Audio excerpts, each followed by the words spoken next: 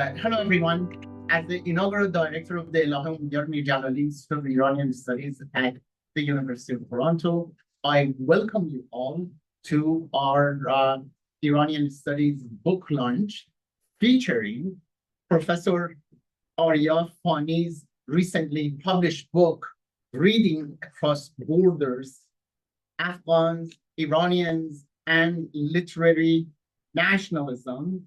Thank you, Professor Fani, for accepting our invitation to visit Toronto.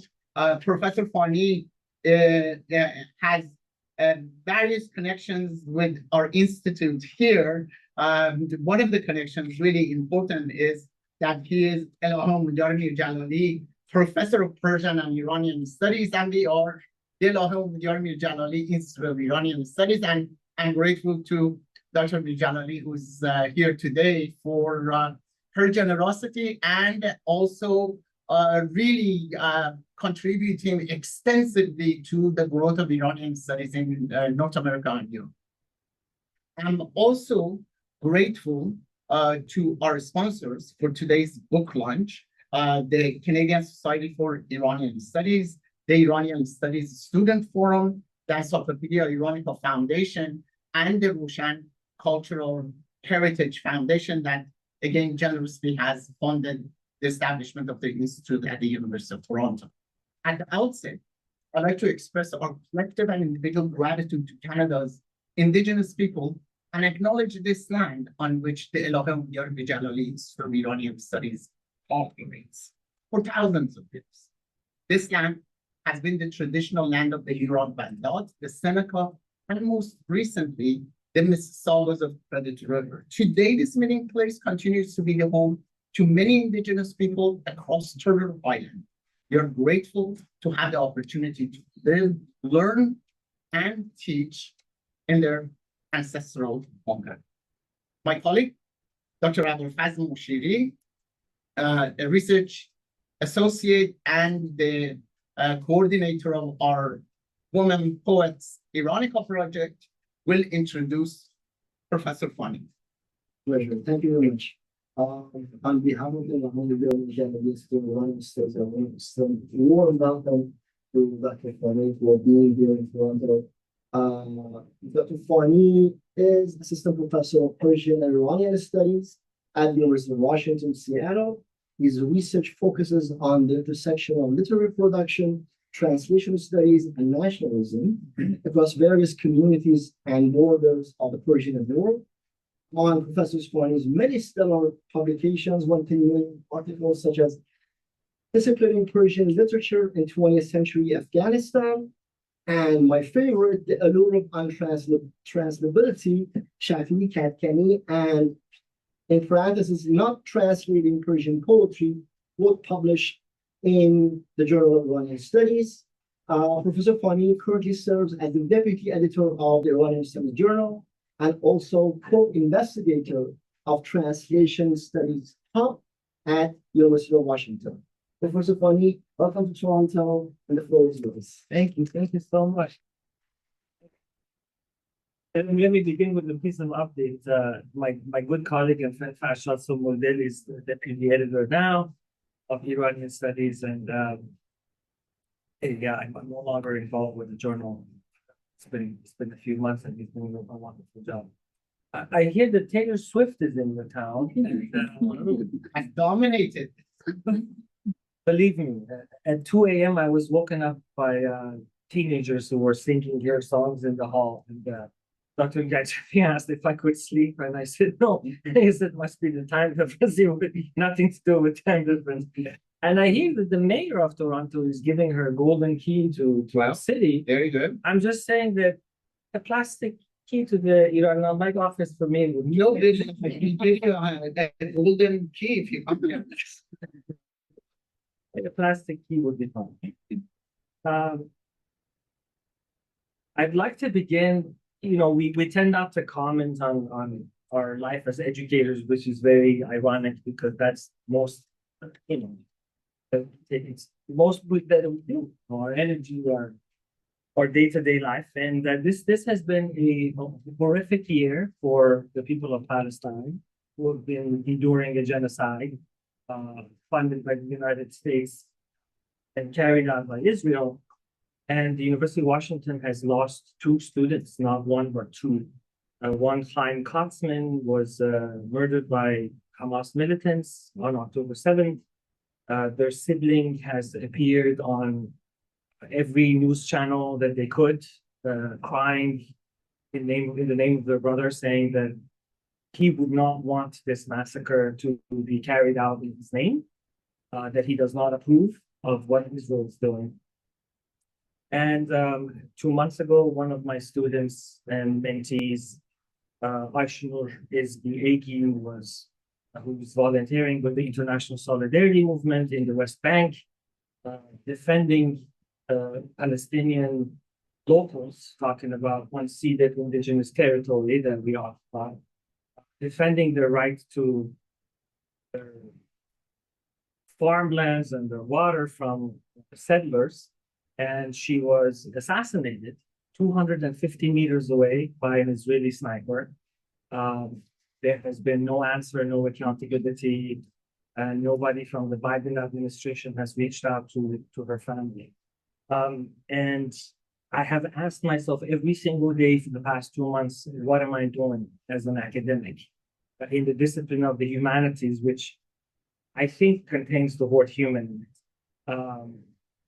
She asked for a letter of recommendation.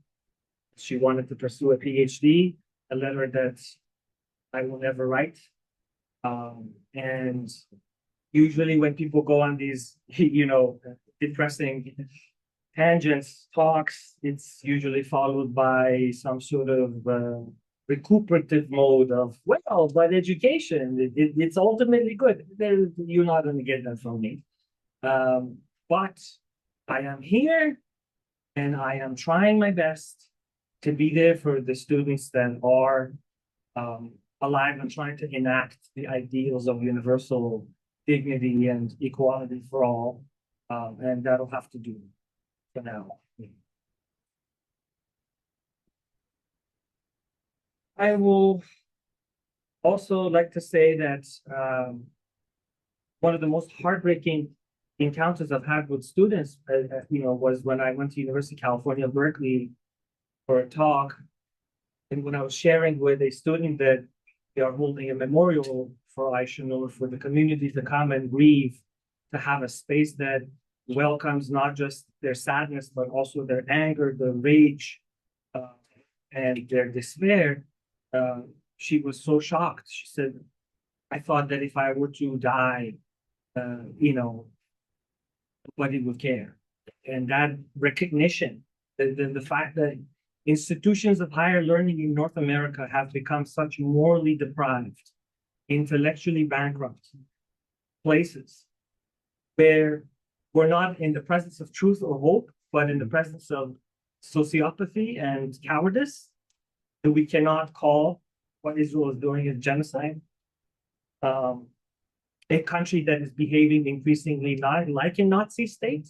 This is the first time I'm saying this in public, and I don't say it lightly. This memorial will probably be the highlight of my career as an educator, because it's the first time that students could truly be in all of their emotional range in this moment in time. Okay, I think I've been invited to give a talk on this book, which seems quite trivial, but I'm still here and I'm trying. So this slide is really created for historians, and I'm surrounded by you historians, and so I hope that you get some of the questions that historians always like to ask, which is, what are the primary sources? What is the primary question? Where did you access those sources? And it's a wonderfully clear-eyed way of beginning. So this book, Reading Across Borders, Afghans, Iranians, and Literary Nationalism, deals with an array of sources, but most uniquely with periodicals. And I will highlight exactly why it matters so much that we not look at these periodicals as just a source to be mined information about whatever topic we're looking at to be extracted from, but as a very important site, as a medium of modernity itself. And it took me to the Library of Congress, which otherwise is called the only functional part of the U.S. Congress, University of Nebraska, Omaha, Chicago. And the time frame is 1980s to the 1940s, which I think 1890s and 1940s, which is a period that a lot of you know so much about. So I'm really looking forward to discussions that will follow. So the main question, the central question at the core of this study is, how did the modern concept of literature become thinkable in the Persian literary tradition? I remember that at some point when I was digging into journals like Danishkadeh and Kaveh and Armahan and so forth, it just appeared to me that the conceptual genealogy of adabiyat, the term for literature, is very murky.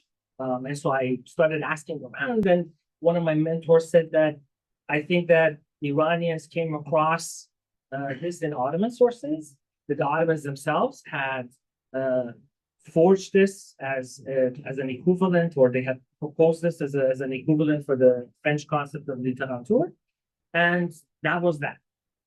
That this was, it painted a very passive picture of Iranians as just recipients of a borrowed concept. And the truth is, there is a kernel of truth to this. The argument of the book is that adabiyat is both a calque, it's a borrowed term, but at the same time, one that has been reconfigured, it's been transformed, it's been conceptually realigned. What was it before? What did it signify before? And what did it ultimately, what kind of meaning did it accrue? It's basically the story that the book tells in both Iran and Afghanistan. So the overarching argument is that these two countries looked to their Persian literary heritage as a site of nationalizing their, as a site of creating a national culture. And I want to emphasize that for some reason, even though in our field comparative study has really taken off, I would say Iran and India, thanks to the groundbreaking work of Dr. Tawakoli Tayari, has really been the crown jewel of this comparative study. But Iran, Ottomans, and Central Asia, but very few people have looked at Iran and Afghanistan, which seems to be such a low-hanging fruit. Two neighboring countries, shared tradition, and sometimes I think comparison can show us that the very obvious, immediate cases somehow just escape us. And I hope that this intervention creates other avenues of inquiry, because there's so much work to be done. The period that I look at, the first half of the 20th century, pales in comparison with the second half of the 20th century, where the Iranians and Afghans become so much more entangled in terms of the literary connection, and that is obviously in no small part thanks to the migration of 3 to 5 million Afghans escaping the Soviet invasion. By the way, I should say that the only reason I'm using the word Afghan as a designation for all inhabitants of Afghanistan is because in this period, Afghan was a designation for a political project, the creation of a multi-ethnic nation state. The 1921 Constitution that was created and signed by Shah Amanullah basically defines Afghan as pertaining to anybody that calls Afghanistan their home. Now, obviously, we know that whatever is written down in the Constitution is not going to be reality, and the truth is that it never did become reality. That Afghan, which historically has referred to Pashtun peoples, unfortunately, never came to encompass all the inhabitants of Afghanistan. since the return of the Taliban to that country, especially in the Persian cyberspace, the term Afghan has become radioactive. People rightly take offense to it because they feel that Afghan only means Pashtun. It does not mean all Afghans. And so Muhammad Kazim Kazemi, the poet and editor who resides in Mashhad, proposed the more inclusive term Afghanistani, which has also gained a lot of currency. And I explained this in the preface of my book that my opting for the term Afghan in the book itself is not an endorsement of it. It's just a reflection of a certain historical period. And it really exposes the precarity of trying to create a multi-ethnic nation state. Now, I actually ask you to think about a term that to us at least seems quite established and settled, like Iranian, Turkish, or Uzbek, and really ask ourselves, when you scratch, below the surface, are there no fault lines? Are there no tensions, any contradictions?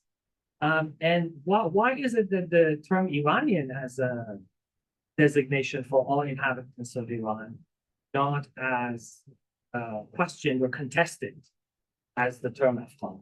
Does it have to do with the success of the Pahlavi dynasty in establishing a unified nation state, in no small part thanks to the centralized violence of the state? So these are questions that the book is preoccupied with.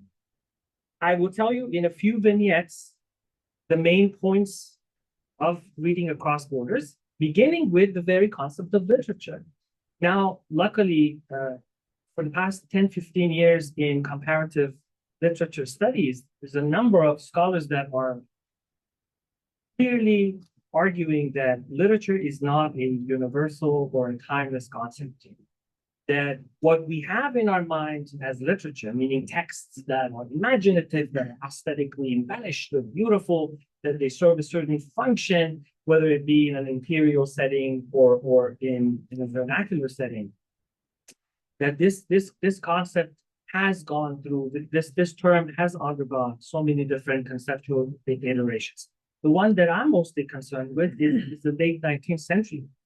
And I define it as such: a corpus of prized writings that embodies the national character and civilizational achievements of a unitary, enshrined through socially pervasive and culturally authoritative institutions.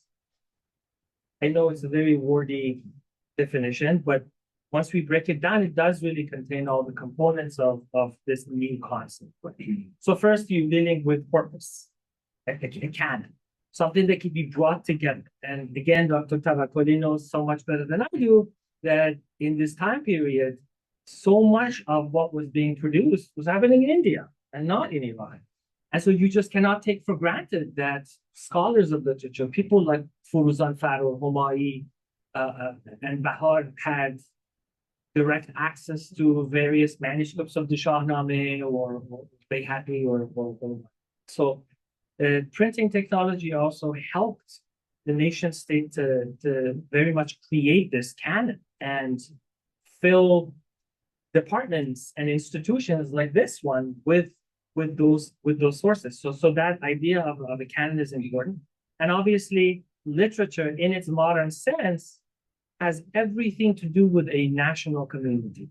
Every single definition that you come across in that period by Iqbal Ashtiani, by Wali Abdullah, by all these intellectuals examined in the book, emphasize that it is not just a piece of writing, but one that represents the capacity to embody, the capacity to represent a nation state is what makes it literature. And then civilizational achievements.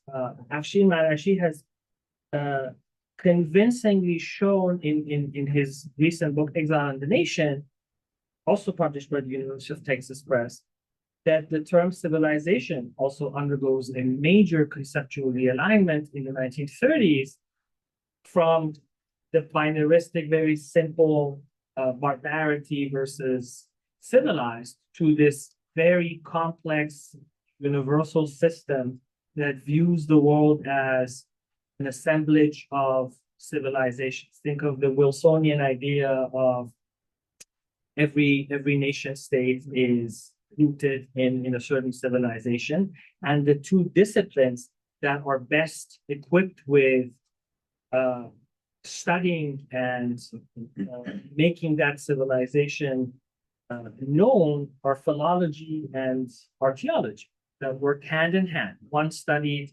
objects that are buried under the ground, and the other unearthed textbooks. Both of them have the impulse to extract and unearth this civilization.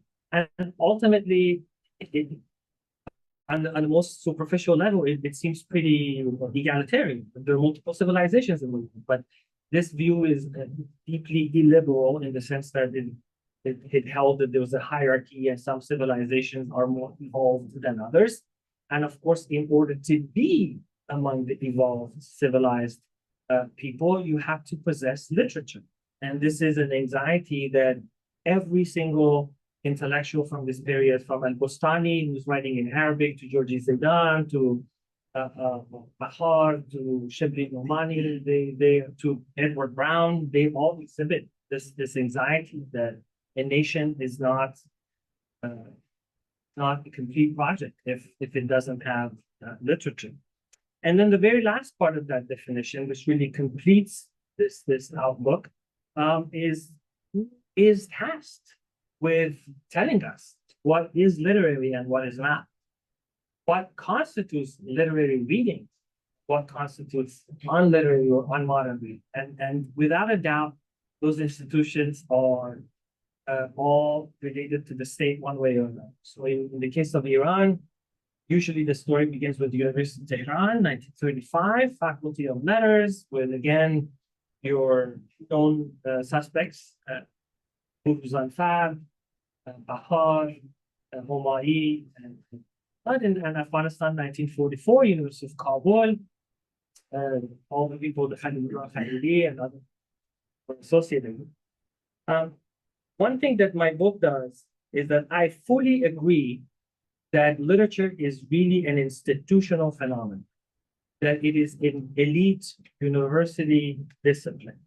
But the story doesn't begin with universities, the story begins with Anjumans, with these voluntary associations, as Fazil Vijdani has so clearly defined and outlined them in his book, Making History in Iran, but also in the case of the Kabul Literary Association, state-funded academies, not unlike the Farhangistan in Tehran, all kind of one way or another in theory or practice model is in France.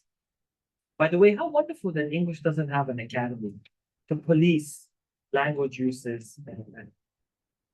But in a way, I think one of the reasons it doesn't have an academy is because it's such an imperial language. It's just so, it has such reach in the world that it would be. That I think even without an academy, the hegemony of the US kind of does the job of which vernacular, which iteration has won, because I'm not so sure anybody is teaching British English in Iran anymore. I think the generation before us may have had that. So the first chapter of this book, which in my opinion is the most exciting one, and is the one that I'm most proud of, and if you were to just read one chapter, let it be chapter 1, shows that adabiyat in the first half of the 20th century is such a malleable, yet to be fully defined. And I'll give you a couple of examples to show. Obviously, adabiyat is related to adab. It's a plural of adab. And adab, as Manakia has defined it as proper form, is two components of comportment and verbal arts. So someone who's in possession of adab is somebody who knows balaghat, someone who knows arose, someone who knows calligraphy, someone who knows accounting, bookkeeping. the coming together of these two valences of someone whose actions are beautiful and someone whose words are beautiful as adab. And it is such a capacious concept, right? Because it can be undifferentiated. It can be very general, as in someone who has adab, adab al-ma'idah, eating at the table, to very narrow, very differentiated, as in adab literature, which sometimes gets translated as be'leh. So these prose writings like Siyasatname or Babusname that teach us how to be in Gulistan, obviously, which is the genre par excellence. Now, in this period, the term adabiyat is slowly coming out of the shadow of adab, right? And instead of is always invoking adab, being self-dependent on adab, it's becoming self-referential. It is becoming an independent discourse. And you see it with such clarity in the Afghan newspaper Sirajul Akhbar, which Mahmoud Tarzi, having come back from exile, this incredibly important charismatic figure, pioneer of modern journalism and translation in Afghanistan, whose daughter is married to Shah Amanullah. 1911 to 1918 is printed in Kabul. He goes to this classical adib, Mawlavi Abdul Rauf Kandahari, who is really of the same mold as Adib Peshawari. There's a really fantastic chapter that our colleague Abbas Amanat has written about this itinerant Sufi Adib that arrives in a modern Tehran that no longer has vocational space for him because he's of the older mold that operated in a world with porous borders and not in a world where one language gets to be the sole national language. And so just like Peshawari, Kandahar, Abdul Rauf Kandahari is of this training, of this lineage, but unlike him, Tarzi is trying to get him to participate in this new medium, the periodical, and also participate in making this discourse called literature. So look at what he's written here. He says, "Adabiyat chistan vas che bahs miranand." So one thing that you first notice is that adabiyat is used in its plural form, whereas in the course of the 20th century it becomes a singular designation. It's no longer used as a plural form. By the way, this pluralization of the word literature in English drives me crazy. It really does, because literature, just like adabiyat, has this sense of we're talking about a body of work. Now it could be in any language, right? But the fact that in North American academia, you have, for instance, the Department of Asian Languages and Literatures or Slavic Languages and Literatures, kind of gives away the game, because literature was associated with the nation state, and nation states by default, most of them were monolingual. Literature too was perceived as a monolingual body. So for them now to say, oh, we're talking about body of work in multiple languages, then they put an S at the end of literature, which there is no need for it. It's like when people talk about the global English. I mean, could English just be global in its very orientation? But because it hasn't been, they put a prefix, because let's face it, making small changes that are cosmetic much easier than making structural changes. And so Abdul Rauf, in this essay that he wrote for Mahmoud Tarzi, offers the most universal, the most inclusive definition of adabiyat. He says that it is a body of writing on any subject: politics, medicine, aesthetics. Basically, all human knowledge counts as adabiyat. And then he cites examples from Rumi and Hafiz and Bidel, where the word adab appears, but not adabiyat, which is also very curious. So he's trying to establish this new discourse, but all the examples in the classical tradition bring up bring up adab.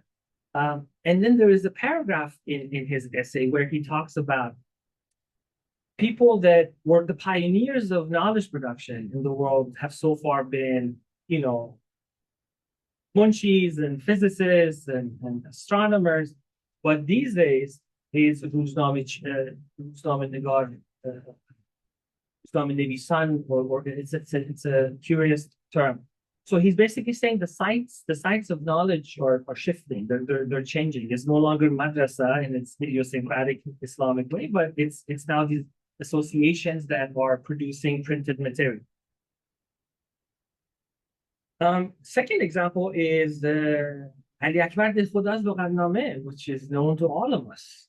And when you look at the volume he has, Adab, I think it's 3-4 pages where he goes through all the different meanings of and it's very detailed and referenced. For Adabiyat, it's just one line. That's what you see on the screen. I wish you could see. He says, Ulum Adabi, so in the classical tradition, all these systematized knowledges that are associated with adab, and then he gives you 2 lines. It's too bad I can't show it to you. But to kind of separate, bracket off, Ulum Adabi, and then in the second part, he has Asar Adabi, literary works, which is the latter kind of definition that it came to approve. And this is also interesting.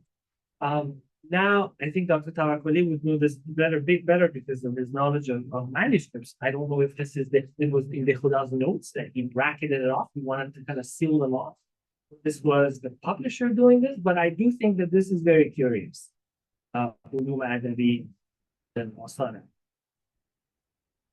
And my last example is also quite well known to you, the oft-cited poem by Sa'di, Bani Adam Afzali Yek Pekarand, که در قافیه نوشته گوهرند. A poem that appears in the Gulistan, I think in the Conduct of Kings, the chapter on the Conduct of Kings, where Sultan is praying in Damascus about enemies. He has a very intimidating enemy, and basically he's told to treat his subjects with fairness, and that's the best way of casting away your enemies. And then the poem follows. And we all know the kind of lineage of the poem. United Nations was given this carpet where the poem is woven into it, and it's very much a symbol of universal human rights, right? Well, this is not at all how the poem would have been read in Sa'di's time. And here I'd like to thank Domenico Ingenito, whose really amazing book on Sa'di is such a model of scholarship. At the time, Sa'di's poem would have been read as saying, basically, Sa'di is saying that a sultanate needs both the emperor and the subjects to work harmoniously together for it to thrive. It's got nothing to do with races having equal footing. It's got nothing to do with universal human rights. But then again, our compatriots have very, let's say, productive imagination that we look at the Cyrus cylinder, which also has nothing to do with human rights, and we build a big, cylinder of it, and we put it in Bullshare Boulevard in LA. So everybody knows we are white, okay? We are the best. And see, I distracted myself. This is what happened. And you see in the 20th century, in a couple journals, the poem is slowly being read this way. So there is one in Sirajul Akhbar where Habibullah Shah is thanked by the mayor of Istanbul because following the devastating earthquake, Afghanistan sends Istanbul some help. And then, of course, the poem appears. Bani Adam as Armaghan, one of the most long-standing periodicals in Iranian literary history, is another one where I think not the author was, but they cite the poem as one of so aesthetics and values. And so you're kind of seeing this apparatus, this perhaps ecosystem, this constellation of concepts co-forming each other, co-constituting one another. You've got civilization, you've got literature, you've got the nation, and they all have this kind of universal uh, kind of system, this totalizing impulse.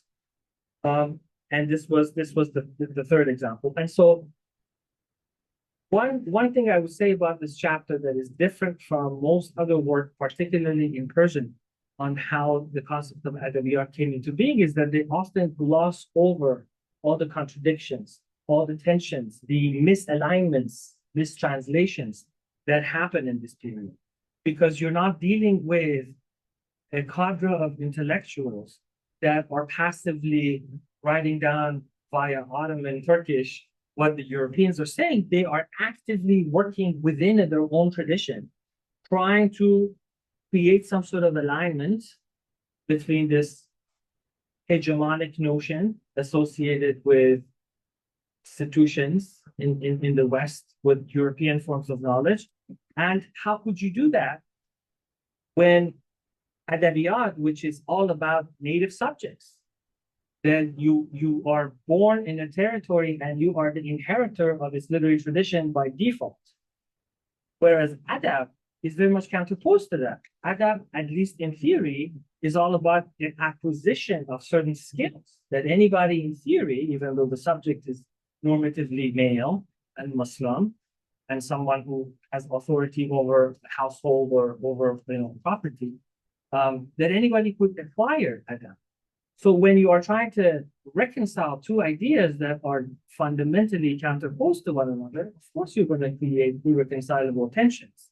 And it's very, very important to highlight those contradictions and those tensions, because if this discourse was invented in such innovative, in such generative way, then it can be reimagined.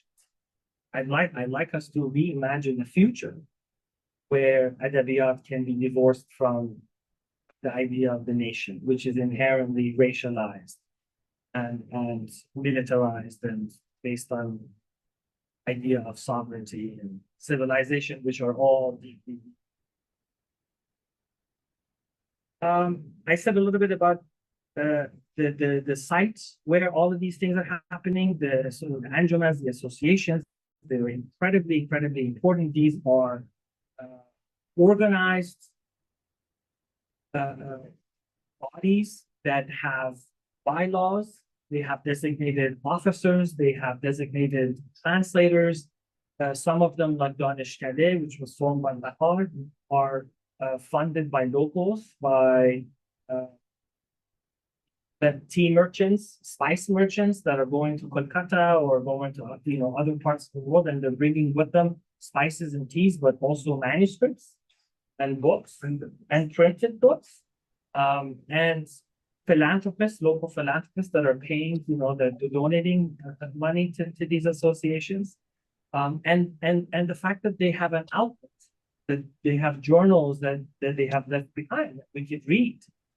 In the case of Iran, I think that would be the Iran Literary Association. And of course, University of Tehran is the biggest example, because all the first members of the faculty of letters were all part of these anjumans, all of them. Ali Askan Hikmat and Bahar, and all part of these circles. And so the argument of the book is that they collectively create an ecosystem.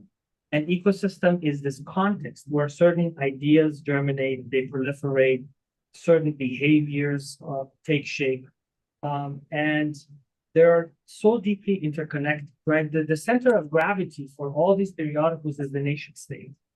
So Al-Hilal is concerned with Egypt, is concerned with Arabic. So Danishkadeh is concerned with Iran. However, you you can't create a nation state with a body that is inward looking and insular and isolated, that you necessarily have to look outward. And this is why when you page through any of these periodicals, you see materials translated from Urdu, from Arabic, from Turkish, from French, from Russian, and they constantly cite one another, they constantly read and comment and respond to one another. And this is why I call this an ecosystem. These journals are so incredibly important, and they are receiving their due attention and credit in other fields. For instance, our colleague Francesca Orsini at SOAS has done amazing work on Hindi periodicals, Urdu periodicals. I think the field of Arabic studies has done a great job of studying how important periodicals are. And it hasn't fully been the case with Iranian studies. I feel like almost any secondary source that deals with this period, the constitutional revolution, period before it, period after it, they all rely on the resources. You look at Abbas Amanat's work, they all cite dozens and dozens of sources. Karimi Haqqaq's work, recasting Persian poetry. But they don't quite appear as agents of modernity. They appear as just as venues. As if they're just there to occasion this encounter with modernity, whereas the medium is the message. And the message is the medium. And so they go one on one. I mean, to come in contact with these ideas in the form of a journal, which is cheap compared to a book to easier to distribute, and also more frequently published, is itself revolutionary, right? And unfortunately, modernity has been so exclusively associated with the book form and with the novel because it has prestige. But periodicals really should receive their due attention and recognition. Their place should be secure in this historical formation. And as you have gathered so far, I am very much challenging the historiography that has been dominant in our field, which is looking at taking the nation state as a privileged and exclusive unit of analysis. Now, I would be foolish if I were to tell you that, oh, the nation is not in. Because in the 20th century, it is inevitable for us to have to deal with the nation state as a unit of belonging, right? But what I'm trying to say is it doesn't have to be, or it shouldn't be the only unit of analysis, that you have to also cut across and look at how these nation states defines their national identity and subjectivity in conversation with others. That Iranians don't become Iranians just alone and in isolation. The Iranians become Iranians in conversation with Indians, in conversation with Turks, with Arabs, with Afghans, with Uzbeks. We need one another to define who we are. And so the argument of the book is that nationalism is actually a catalyst for transregional exchange. That it doesn't mean progressive, doesn't mean inclusive and democratic. Chapter 2 of the book deals with how Mahmoud Afshar, the nationalist-minded intellectual, corresponds with members of the Kabul Literary Association, and they have vehement and feisty disagreements over their understanding of history, their understanding of certain historical figures, Mahmoud al-Ghazna, and so dialogue and collaboration that does not create, obviously, a shared understanding of history. And the reason why these disagreements arise is because of territorial nationalism. Because Afshar is like, wait a second, Afghanistan is a very new entity. So why are you saying Mahmoud al-Ghazni is Afghan? Maybe I concede that he ethnically was Afghan, but he was within the kingdom of Iran. And Afghans look at the way he was invoking Iran as this very timeless, primordial idea. And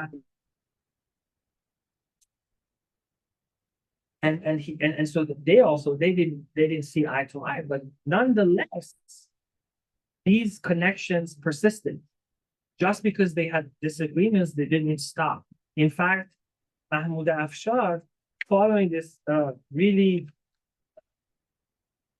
strongly contentious correspondence that he had with the association, he actually goes to Kabul. He travels in Afghanistan for 2 months. He gets to know intellectuals like Sarwar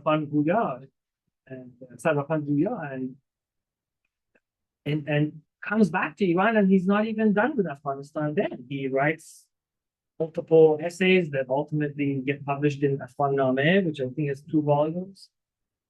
And then the endowment that he establishes has recognized the work of Afghan editors and literateurs. And so these connections were durable. They were not peripheral to the imagination and to the working of these intellectuals. They were very, very involved with one another. But because our field has privileged so far engagements with Europe and European thinkers, we have overlooked how Persian speakers across borders have talked to one another. Have they made sense of a shared tradition? And we're just scratching the surface here. This is the beginning of the work. I think I've pretty much talked about my method as one of connected history, and a connected history does not mean an even geography, doesn't mean same scope and scale of contribution. Iran is a country more populated, more economically, economically stronger than Afghanistan, and so obviously literary production was in high volume there. Obviously, you're going to find Afghans citing Iranian scholars more so than in the other direction, but without a doubt, the two countries are very much in conversation with one another. And so I think that a connected history is not just the right form, the right method, but it also is the more historically accurate.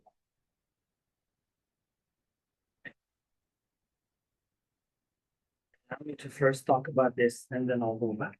So I'd like to give a shout out to my colleague named Ganjali. Dr. Ganjali was instrumental in getting my book translated, and I'm really thankful to him, because it really is important for us to make our work available in other languages, particularly when we're writing in English, not just assume that everybody can access it. And so I'm very happy that the book came out and is now available in Persian. And you would not believe what image in the book was subjected to censorship. Islamic Republic always surprises you. You tell? Yes, I will tell often. No, I will tell.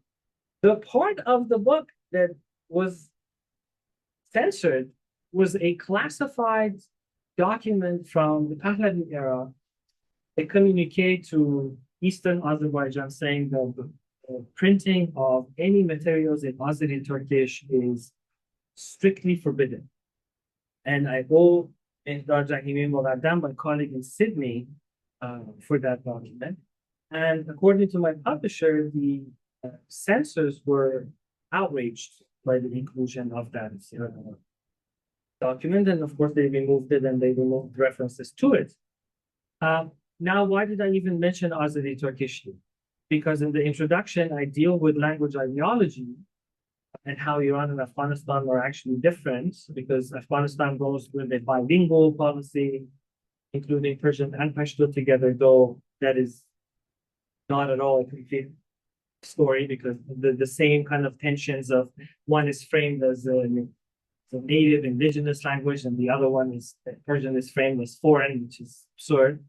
And obviously the Pahlavis very much go with the monolingual policy, which also creates this mismatch. When Mahmoud Afshar goes to Afghanistan, he's trying to understand the place of Pashto. So he's telling Afghan intellectuals, he's like, oh, we have local languages too. We've got Azeri, we've got Kurdish, we've got Baluchi. And Afghan intellectuals are like, no, that is not how we perceive Pashto, because the Zahir Shah administration and certain kind of Zayed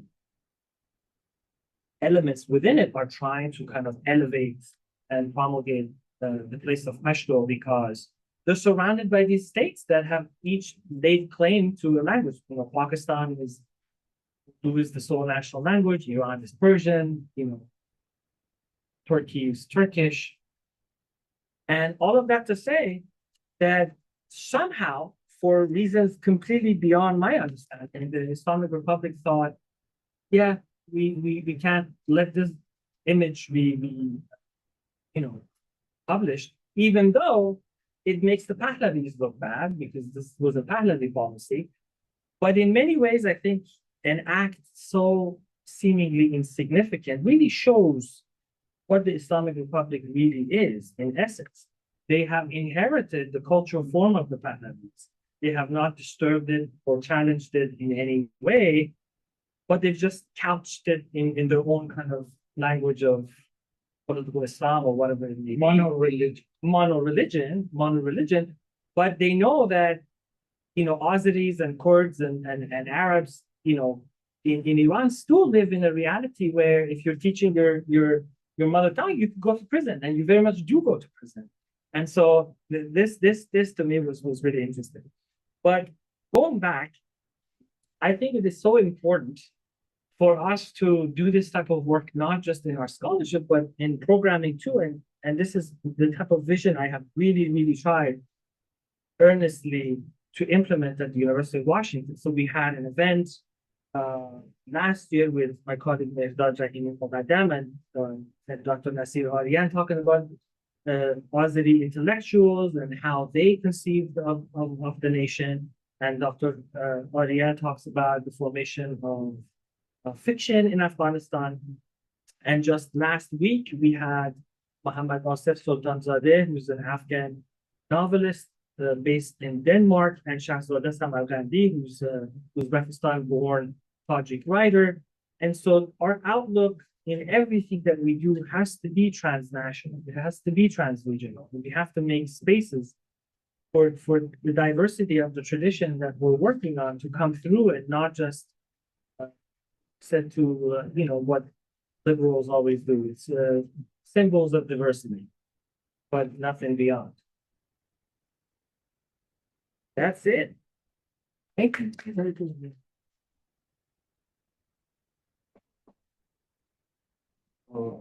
It was perfect. It was on time. Thank you very much for this illuminating talk. I'm sure there are a lot of questions and the audience is online. So the floor is open for questions. Please keep your questions short, kind of, so we can get as many questions as possible. I really would prefer questions with answers. No. Yeah. First question goes to our inaugural lecture. That's what we're family.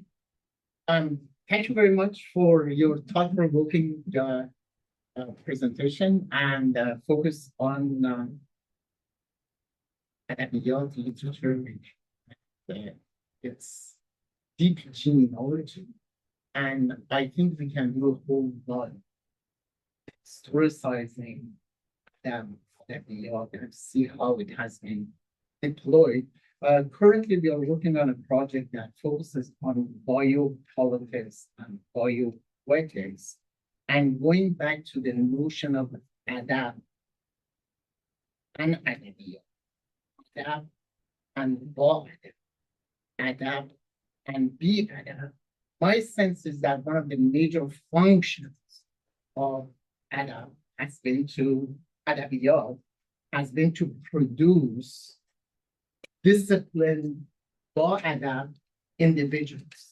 And I think that is really important to include in the sense the discussion of literature, teaching literature, and nationalizing literature, and over focusing on a much larger regional context, all linked to a project of governing a territory and conducting the conducts of individuals who are considering themselves as adapt and ba-adab are rewarded, bi-adab are siyasat in the notion of politics as punishment.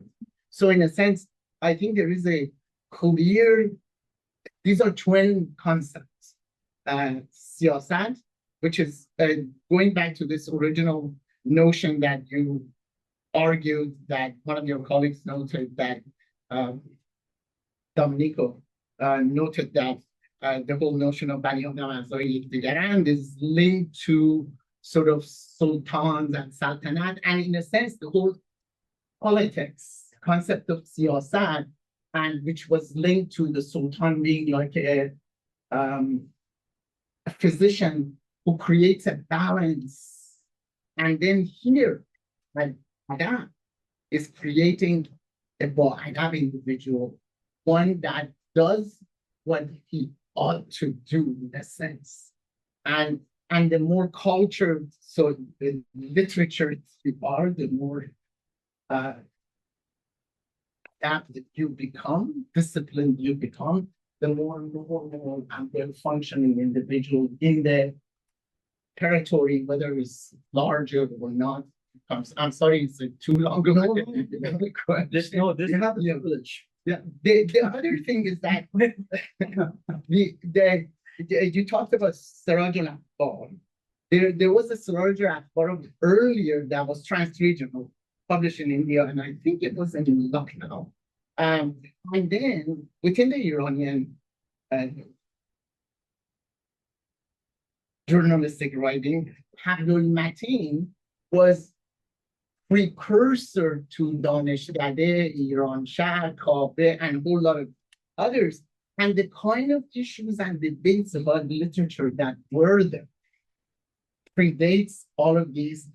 And Hablul Matin's argument was, for example, concerning when this, first of all, Society of Language was first established in Iran, after much before it was established in India.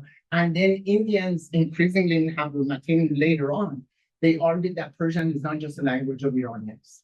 And you do not have the total control over doing with it what do you want. You have to engage us. So fabulous points. No, I think you're 100% right. And this is where literature as a Western notion doesn't have adab as a concept built into it, right? But the moderns needed adab still to remain functional for them to have, again, national subjects. Isa Sadiq, I think, who wrote a dissertation in, if I'm not mistaken, in Columbia on education, he was one of the architects of national education in Iran, very much writes about this, that literature is edifying. That in order to have, someone who's disciplined, a national subject should be in possession of that. What is interesting is that adab, the two valences are interlinked, comportment of ethics and aesthetics. Yeah. But then in the modern period, it gets partitioned. Adab is one that is preoccupied with ethics primarily, and adabiyat is with aesthetics. And so, for instance, you have these redundant, superfluous phrases like adabiyat akhlaqi. Adab is already akhlaq. But adab remains functional, and even in the latter part of the 20th century, you still see that the meaning is unsettled. For instance, I learned from a colleague, and know this, but adabiyat in the sense of any generic knowledge that is available in printed form is apparently gaining usage in Iran.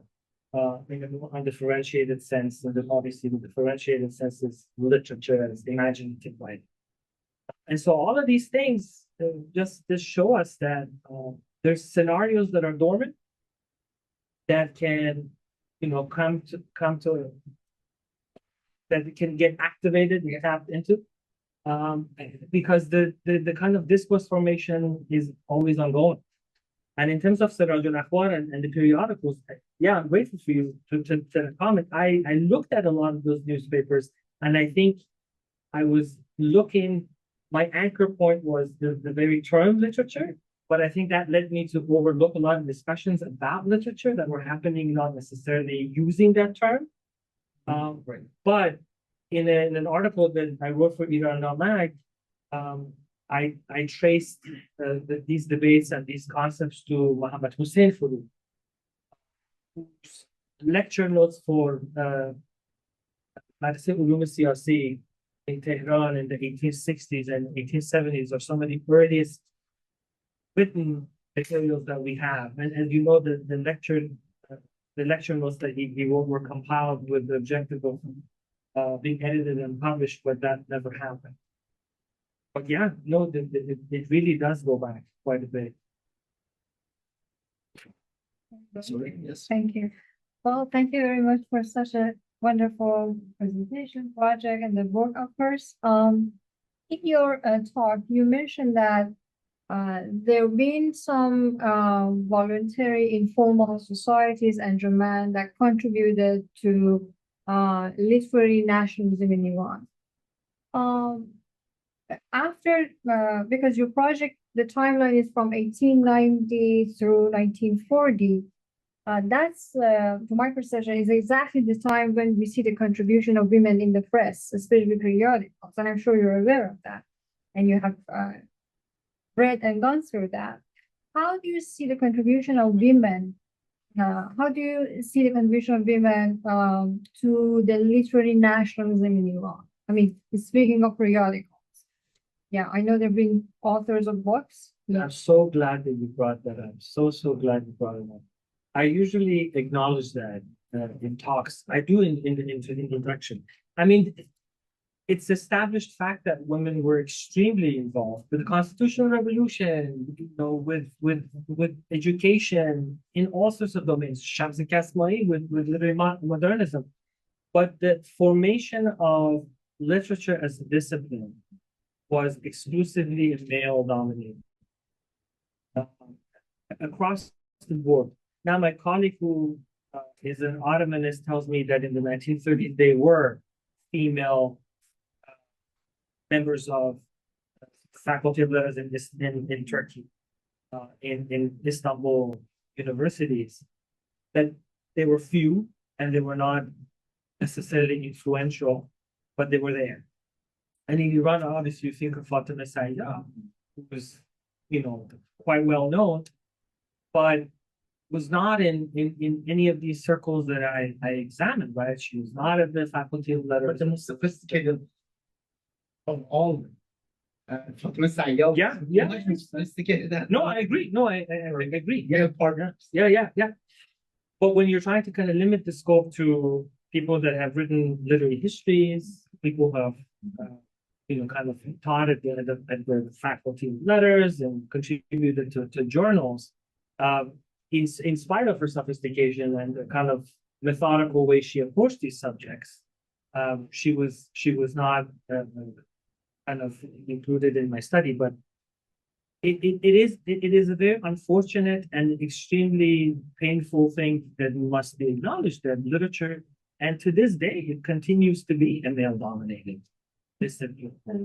And at the beginning, incredible. You know, in fact, when I was told to comment on the absence of women, instead of apologizing and saying, "Oh, but there were these people, but I don't know anything about that." No, it's a very homosocial space at the time. And you look at all the volumes, these hagiographies in Iran, Furuzanfar and Bahar and Hikmat and Furughi, it's all men. I mean, there's an image in my book, the members of the Kabul Literary Association. It looks like you've gone to like an Ottoman hammam.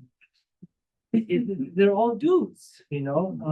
And to this day, in 2024, literature remains a deeply patriarchal discipline. We have not been able to. And many, yeah. But Trump is gonna get rid of patriarchy. Excuse me, we're gonna do away with patriarchy. And the last thing I was, and this is precisely why, if you are after progressive, innovative experiments with language, the University of Tehran is not a place you go. because they don't take that seriously. They flamboyantly, proudly proclaim that we don't study the moderns because they're not worth studying, that they denigrate, they look down on people. And you go, where do you go when you want to read exciting literature? You go to Anjumans, whether they're clandestine or not, you know. I encourage all of you to read Farshad Sombolden's book on poetic modernism. Oh, you did? Yes, we have a Oh, that's great. That's wonderful. video is on my YouTube. Wonderful. That's great. You're trying to keep up. Thank you. Question. I think the political notion, I mean, literature as a means of function, forgotten. Especially, I mean, Tony Manhattan has got a book called The Mask of Conquest. It wonderfully tells us that, I mean, the British, in order to conquer Africa, they had the Bible. I mean, but when they came to India, they saw that already you have got so many religions, so the Bible could not do anything. So it was the English literature that was first taught in India, not in Britain. Even, I mean, it was used. So I think, as it, even if we look at, for example, so many of the Iranian novels, we look at, they are, in a sense, a way of, I mean, a means of control for the masses, for the youth. Somehow, so, I mean, of course, it should be studied, it should be investigated, the ways, especially novels, you know, for example, the English novel, I mean, for example, Haji Baba, Isfahan is the best means for the control of Iranians. It was yeah, it is just literature of You were so especially novel. I mean, especially the professor, I mean, looking at the modern notion of literature, of course, you're right. I mean, No, I'm so glad that you brought that point because some people might be on the fence about discussing colonialism in the context of Iran. And this is why the notion of coloniality is more relevant here because Iran was never colonized officially. Afghanistan was never colonized. But coloniality is very conditioned, colonial knowledge and conditioning. It's still very much the reason why. you're not directly, I mean, Yeah, but you're so right. English literature was born in India. yes, it was born in India. Yeah, we should not forget. Question online. Manager Nassar, please unmute yourself and ask the question. Intimidating question with me. You become a good interviewer.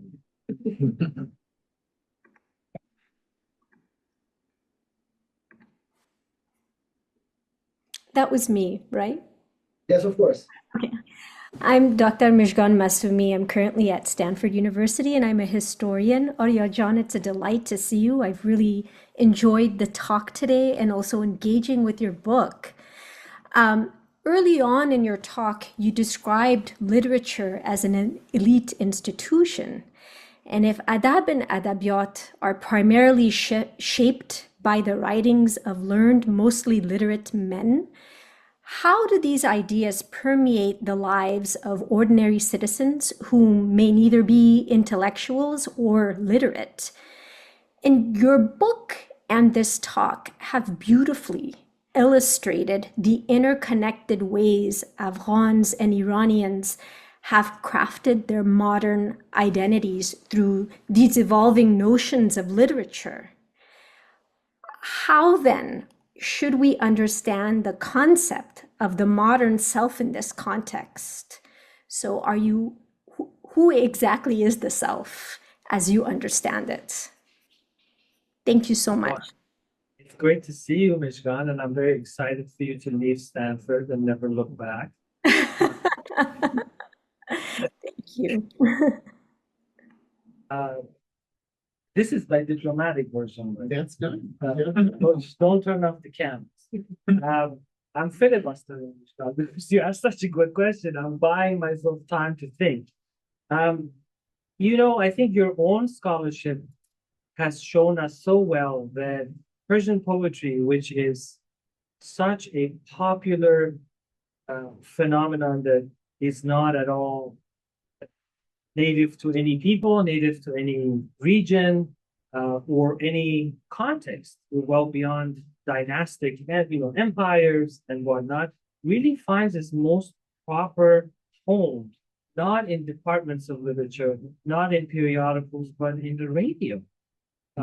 Especially in a place with such rich oral traditions as Afghanistan. It's the radio that you show us becomes this robust home that the masses can afford to own, operate one, and listen to the recitations of poetry and songs. And again, like this, the radio is able to accommodate, unlike the printed form, the marriage of poetry and music. And so I think to take that inquiry seriously as it should be, one really should move beyond the kind of conservative scope that, limits us to printed material and books. And so I think I'm just trying to tell you what I would do if I were to pursue that line of inquiry, more so than actually give you a meaningful answer.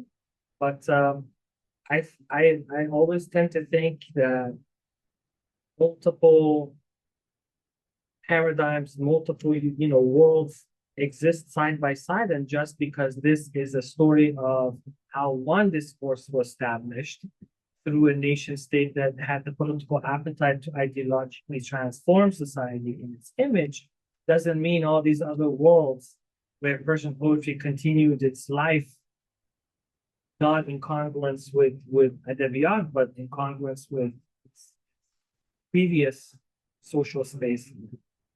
Doesn't mean that they don't continue to exist. Good to see you, Ms. Wan.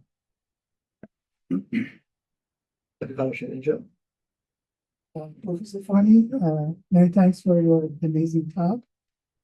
I would like to know your opinion on Afghan intellectual and scholars such as Mir-Djalali, who immigrated to Iran and view Afghanistan as a part of Persian or cultural Iran. Thank you so much for mentioning Mir-Djalali, because he is the person who received the Lifetime Achievement Award from the Afshar endowments, which, if you look at the recipients, it's gone to Indian scholars, Tajik scholars. I mean, it really shows you Persian literature in its very diverse geography, which is wonderful. Somebody should send a note to the Swedish Academy and let them know that diversity would be under agenda 2. Can I nominate you? Yes, definitely. I stand very, frankly, I was treated very unfairly. Sorry.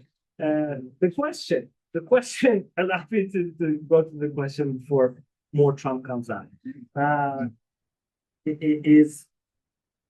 I'm so glad that you said Iran is part of this kind of Persian Republic of letters, as opposed to what usually we hear from Iranians is that, oh, Afghanistan used to be a part of us, which the question always is, who's us? Like, what's your definition of us? No, I mean, the reality is, in Afghanistan, you also have multiple worlds. Like when you talk to Tajiks and Uzbeks and many Pashtuns, like the Pashtuns of Iraq, for instance, who've historically been Persian-speaking, they do have this belonging, this gravitation towards Iran and towards Tajikistan and those old centers of learning, and not just those that have migrated to Iran, like Elahé or Kazemi or so many other Afghans that now live in other parts of the globe that came of age in Iran. And obviously, you've heard of my colleague Susanna Oshweska's amazing book, The Peril of Dari, that deals with that generation of Afghan poets, coming of age in Mashhad. But even those that are there, and then you have, places like Jalalabad and Peshawar and Quetta on the, Pakistan, Afghanistan borderland that gravitate towards a very different type, gravitate towards, South Asia. And because these territorial maps that we have of Iran, of Afghanistan, do such violence to the way we imagine, right? I mean, how arbitrary and violent was the separation of Samarkand and Bukhara from Tajikistan and from this land of Tajiks, right? That overnight, people could not own, for instance, a Divan of Hafiz in the Perso-Arabic script. It had to be in the Cyrillic script. And even the Cyrillic script later on, Tajik altogether was kind of forbidden. A colleague of mine recently visited Uzbekistan and said that you can't really see traces of Persian literature in the city, in bookstores and universities. I mean, there is still you can still get a degree in Tajik language and literature at Samarkand University, but it's not what it used to be. And so what I would say is these nation state boundaries have really wreaked havoc on our imagination. And the way to replenish that imagination is through this dialogue. And oddly enough, that dialogue is happening a lot in Europe and North America. I mean, to see Shahzada Samarkandi meet Asif Sultanzadeh for the first time, not in Uzbekistan or Iran, but in Seattle. And they have both written a book without any sort of conversation with each other. One is called Zameen Madaran, the other is called Zameen Zahri, where both of them deal with land and what happens to land as a result of empire and nation building. And they were both astonished that their work is in conversation, even though two of them were not.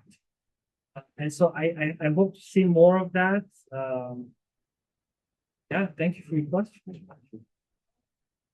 Question. So 2 in-person questions so far. Humana 34, please unmute yourself and ask the question.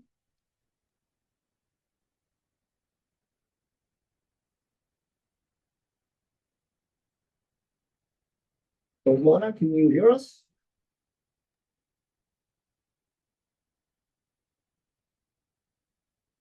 We can't hear you, unfortunately.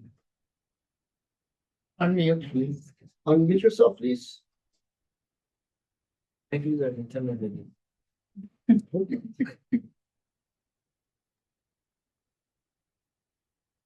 We don't have your voice. Maybe there's a technical difficulty. There's no question.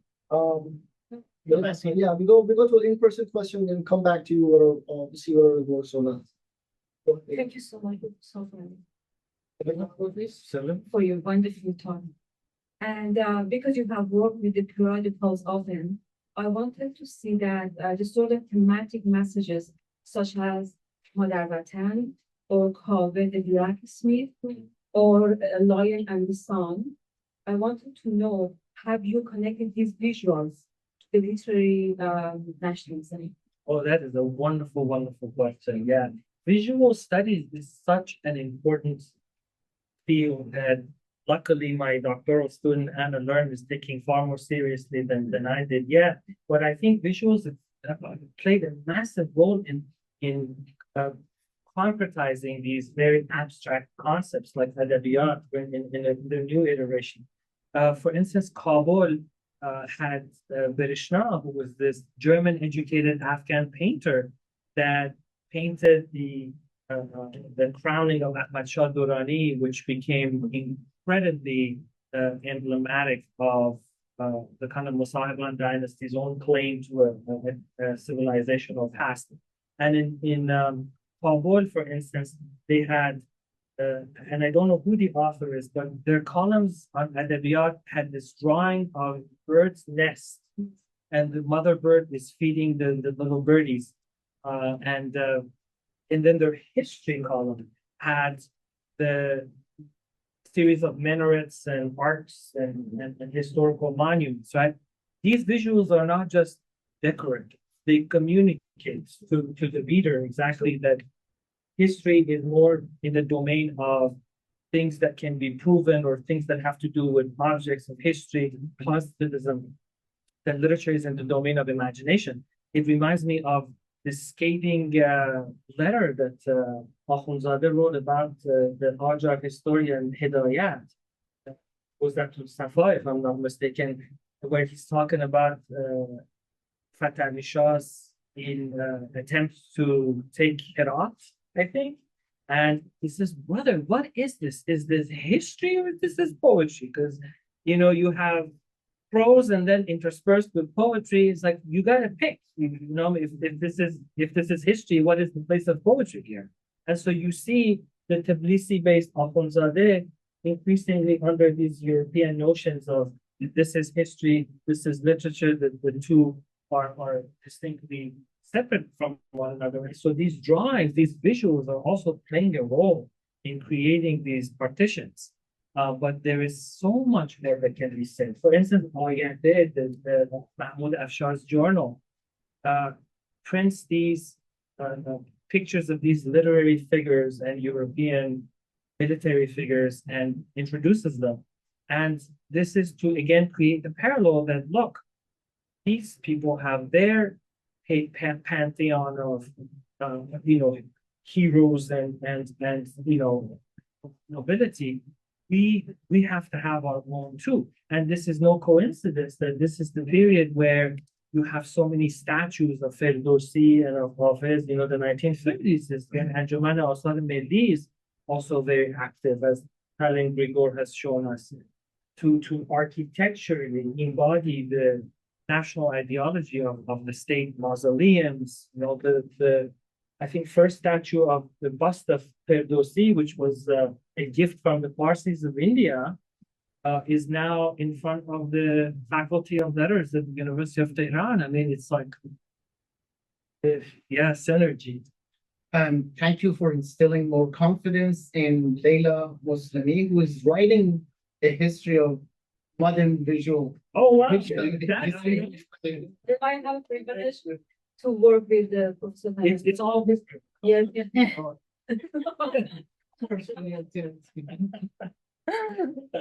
his privilege, sorry. I meant to say. I think you have questions from us. Yes. Thank you for your presentation. So I'm working on periodicals from a later period. So my question, I think, is so accurate in this early, late 19th, early 20th century context. But I would like to know, what's this adabiyat meant for Iranians and Afghans? Whether there is a difference between the two, and how did this literary imagination of adabiyat actually look like? So I'm thinking of Professor Orsini's theorization of fake and thin knowledges, what kind of mentioning of literary authors, from Europe, or literary translations from in these periodicals, or who did they highlight? Did they consider a literary author? How did literature and adabiyat? That's a wonderful question. There's so much textuality in the question that you raised. It makes it very animated. I think in the first quarter of the 20th century, almost every author that you look at, there's multiple iterations of adabiyat just in the work. For instance, Parsi has this very European inspired idea of literature that's basically the novel, right? Roman. And as he's translating snippets of a French novel by a Ottoman Turkish into for the first time, and as you know, a lot of novels were serialized. They were first kind of in the short story form, but that doesn't get much attention. And then you look at Mahmoud Tarzi of in the genre of Kashkul or Safine, these more pre-modern genres that are really anthologies par excellence. And his notion of adabiyat is really more in line with that of adab. Imagine a Sufi kind of carrying this bayaz with him at all times and just writing anything inspired by something. And so that is a completely different one. And the same with others. There's so many different scenarios, and it is impossible to not impose conformity on them when you are looking from the vantage point of 21st century, knowing exactly what happened. I mean, all historians like to say that we're not doing periodical work, but one way or another, that is inescapable. Because the very order that you give, the very cohesion that you give, where there is no cohesion, where explaining certain historical formations that are not fully explicable,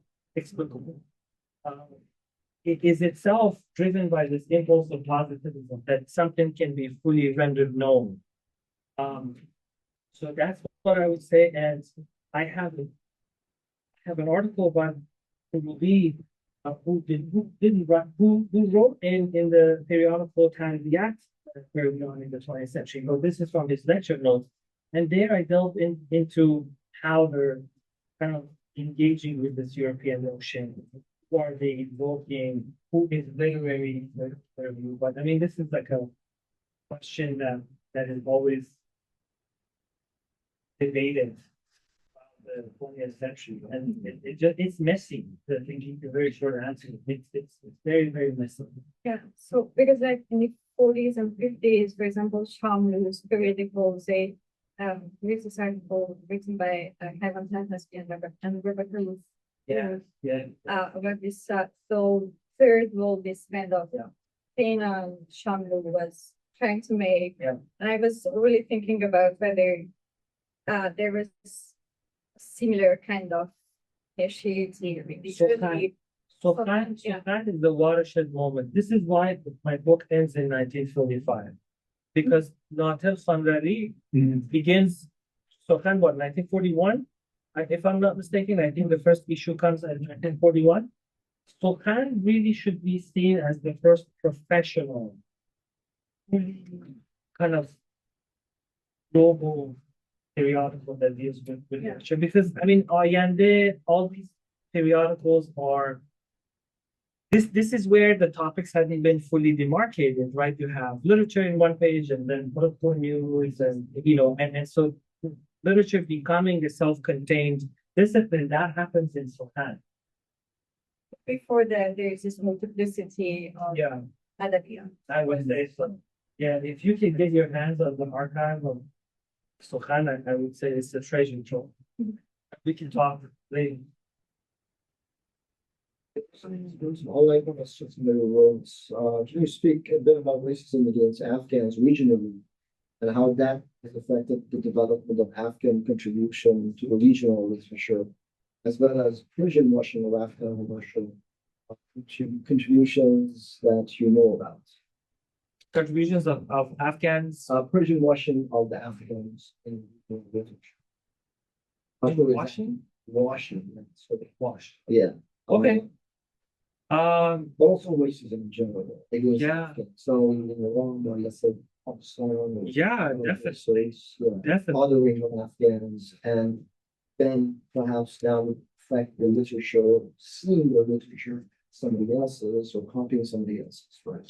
Yeah, I mean, racism towards Afghans has so many frontiers. One is from the state. These are state policies that have changed so much since the 1980s, when Afghans, 5 million were displaced internally, around 8 million were displaced externally between Pakistan and Iran, and some to Europe. The policies have constantly been all over the place. Sometimes Afghan children were barred from education, and then they were allowed back in. And I think these days they're also, banned from attending school. sometimes in certain cities, they're banned from appearing in parks, in public. These are grotesque and unacceptable. And another kind of frontier of this type of racism is just people, having and the Afghans that did come to Iran were mostly from the Hazara community, right? They're Shia Muslim, Persian speaking, and they have Central Asian features, and so they stand out. A country that has these ideas of whiteness and tracing back to Aryanism, which is funny because this was one of the points of agreement between Afghan intellectuals and Iranian intellectuals, that there is a clause when Afghans are responding to Mahmoud Afshar and say, well, at least we all know that this as a self-evident lesson of history that Iran and Afghanistan are both part of Aryan nations. So this they have total agreement on. I mean, the way just notions of race work, and obviously in Iran, Afghans have endured legal uncertainty, extreme hardship, all sorts of discrimination and racism. And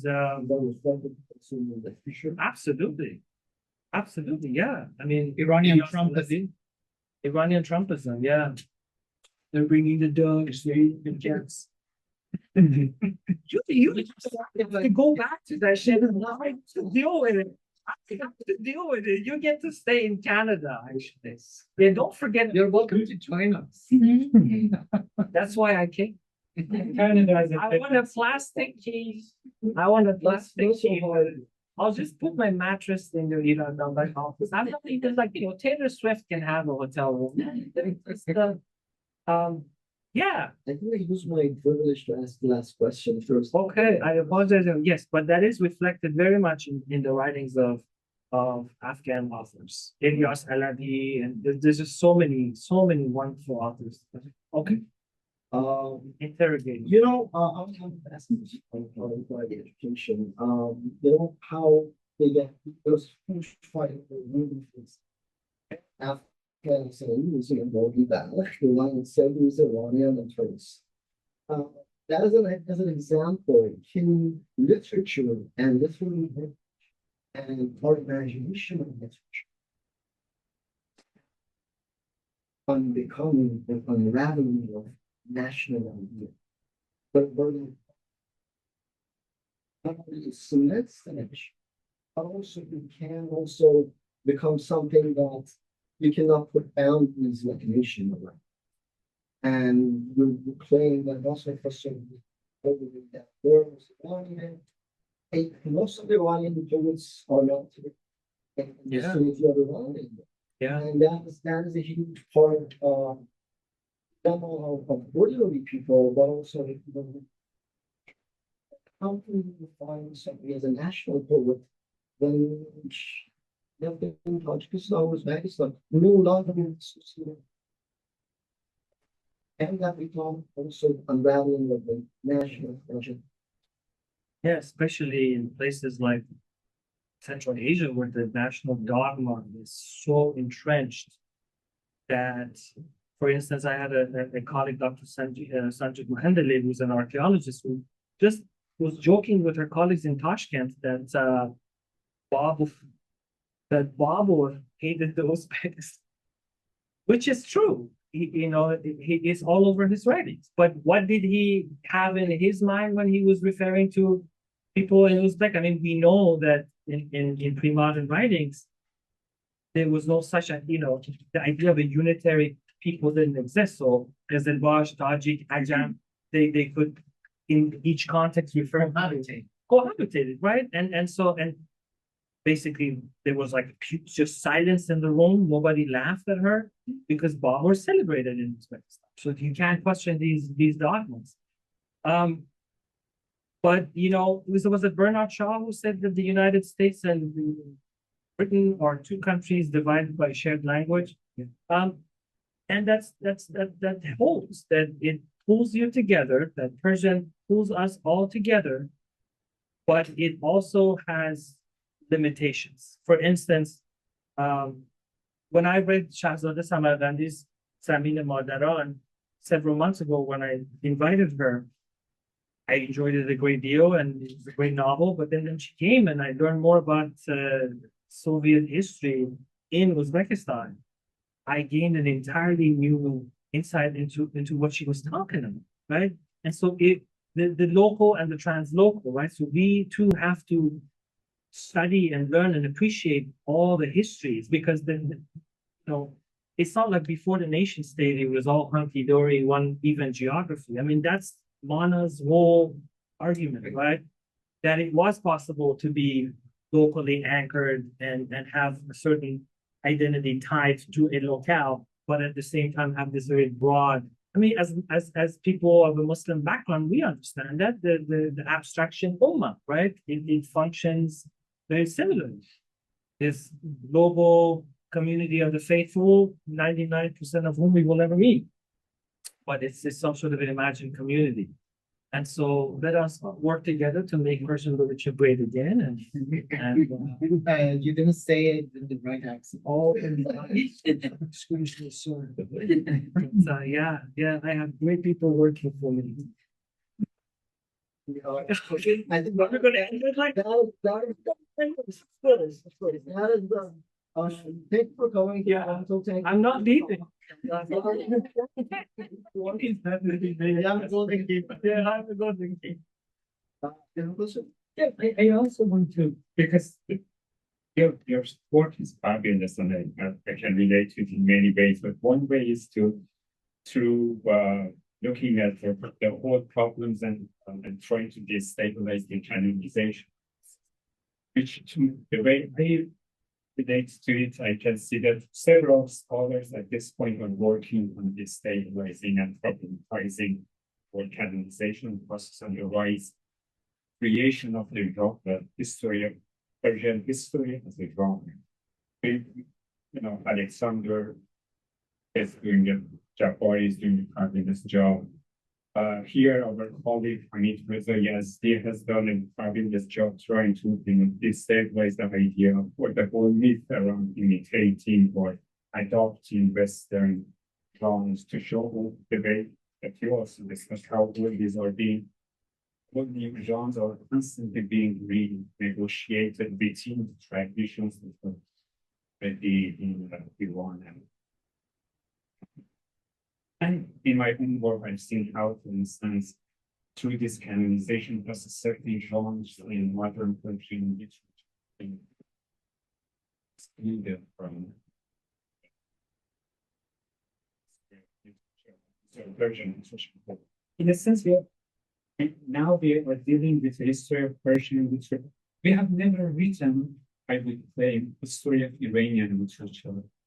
And the way we are thinking and writing history of Persian literature is also quite limited because of the many ways we have challenges such as the things that I just mentioned, whether to include certain figures which are, for instance, Bidal is never canonized within the way that history of Persian literature is being taught and comes out in monolingual. Yes, and in monolingual, in a sense, also between the contemporary borders of Iran.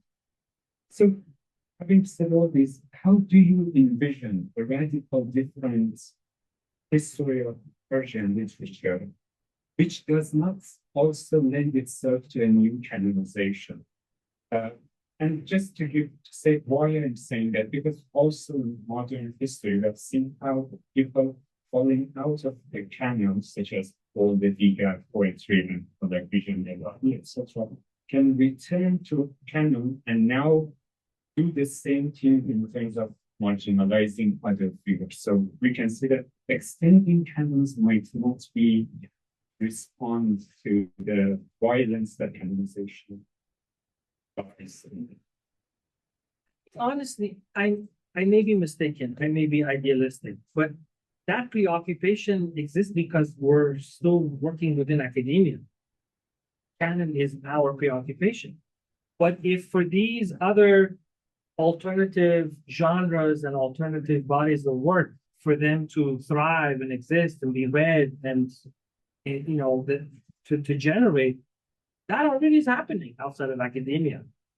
You just don't go to academia for non-conservative alternative work in general. And I'm not even sure literary history is possible at all as a genre to write. It is, you're dealing with a phenomenon that does not accept any type of, right? And I'm glad you made Samuel Mustafa turn in his grave when you said that we have never written a literary history of Iran, right? So I think going beyond academia, because think about Bidil, right? So there's Shair Aynaha that Shafiq Haqqani introduces Bidil to Iranian academics, and then that takes a course of its own. And then Muhammad Kazem Kazemi, Khalid Darbaz, introduces Bidil to poets. And he popularizes a lot of Bidil's imagery, metaphors, and kind of networks.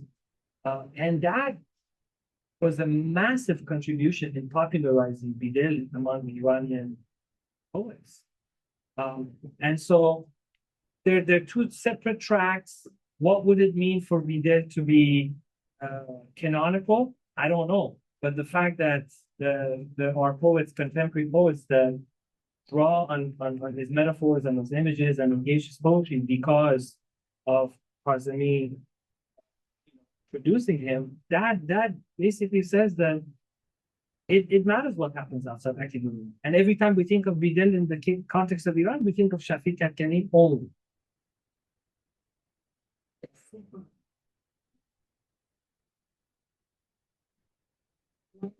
Yeah, that's right. That's right. That's right. That's right. That book, 1,000 pages, there is already and as a canon and Tajik literature. And it was published in Czech as a history of Persian literature, translated into German, and then translated into English. Somehow the title changed as history of Iranian literature. And Dr. Hushain Shahabi's dad, Isa Shahabi, translated it into Persian. Great point, but it's also really important to emphasize that Bidil was well known to 19th century Iran. Exactly. So it's not that it didn't exist and someone came and introduced him. Yeah. It was well known, and probably a lot of lithographs of Bidil were already available in the house of the Persian literati. And Orsa Bidil in Afghanistan too was huge. And it still is. I think there was an article that DC, Washington DC has a big population of Afghans within Virginia. And there was a group of cab drivers that would, on Fridays, quote Orsa Bidil. And so, no, it's happening. Well, I agree with you that academic efforts are worthless. I think it's really important to try to historicize, conceptualize, and see what gets included and excluded and why they're being included. And That's why. Why Bidil was widely read in the 19th century, and then there is a moment that it's intentionally forgotten, or the connection with India or Tajikistan or Afghanistan and other places is forgotten by Iranian nationalists and thinking that Persian is the language of Iranians alone. And then how there is a return to the earlier memories that have been suppressed. I think it links with siyasat. And that's siyasat, remembering and forgetting. I think a nation is not just a community that has a certain narrative, originary narrative in common, but they also have an object of oblivion in common. They've collectively agreed to remember, to forget. So, Thank you very much. Really,